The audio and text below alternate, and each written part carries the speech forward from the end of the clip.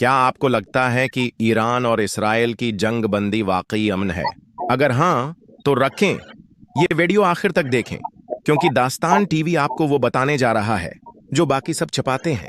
खुफिया रिपोर्ट्स बता रही हैं कि ये जंग बंदी असल में एक नई साजिश की शुरुआत है। इसराइल अब भी ईरान के जौहरी प्रोग्राम को हर कीमत पर तबाह करना चाहता है, और ईरान अब भी अपने हमायत याफ्ता ग्रुप्स को दोबारा उकठा कर रहा है। लिबनान, शाम और यमन तक ईरान के पास ऐसे गरुआ हैं जो अगले किसी भी लम्हे दोबारा हमले कर सकते हैं। इसराइल ने अपने जदीद ड्रोन सिस्टम्स और आयरन डूम को पहले से ज्यादा अलर्ट पर लगा दिया है। कहा जा रहा है कि अमेरिका दोनों के दरमियान खफिया मुज़ाकरात करा रहा है, लेकिन कुछ तज्जिया कारों के मुताबिक असल फैसला मेज पर नहीं, मैदान जंग में होगा।